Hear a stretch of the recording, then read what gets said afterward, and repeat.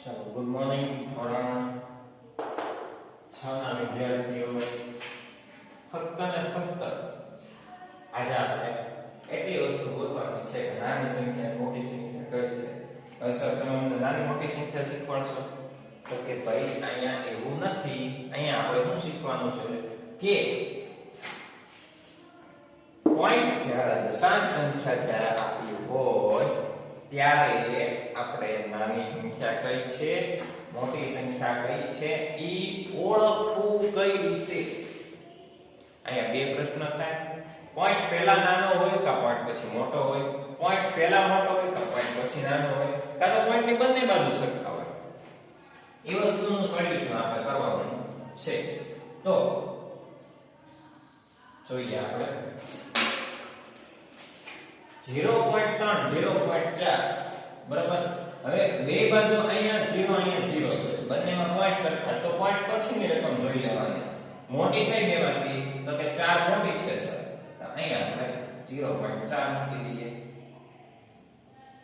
પહેલો જવાબ આવી ગયો. બીજો આ જોયું, આ જોયું. હવે પોઈન્ટ પછી તો કે 0.07 સર. આગળ વધીએ 0.8 0.9 પછી 10 આવે તો 10 ના છેદમાં 10 લઈએ પછી 1 આવે. પરંતુ અહીંયા 3 તો ઓલરેડી અગાઉ આપી દીધેલા છે. જે આપણે સંખ્યા રેખા પર નિરૂપણ શીખ્યા હતા એ વખતની વાત છે. એટલે 3 મોટી સંખ્યા. હવે અહીંયા 0.5 અહીંયા શૂન્ય, તો મોટું કોણ તો કે 0.5.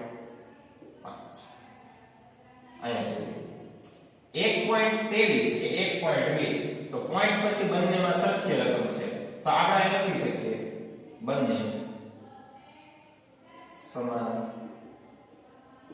છે. આગળ વધીએ 0.99 0.099 કે 0.19, તો પોઈન્ટ 00 પોઈન્ટ અહીંયા શૂન્ય અહીંયા 1, મોટું કોણ છે 0.19. નેક્સ્ટ 1.5 ને 150, તો બંને કેવા છે સરખા, તો આપણે લખી શકીએ બંને સમાન છે. આગળ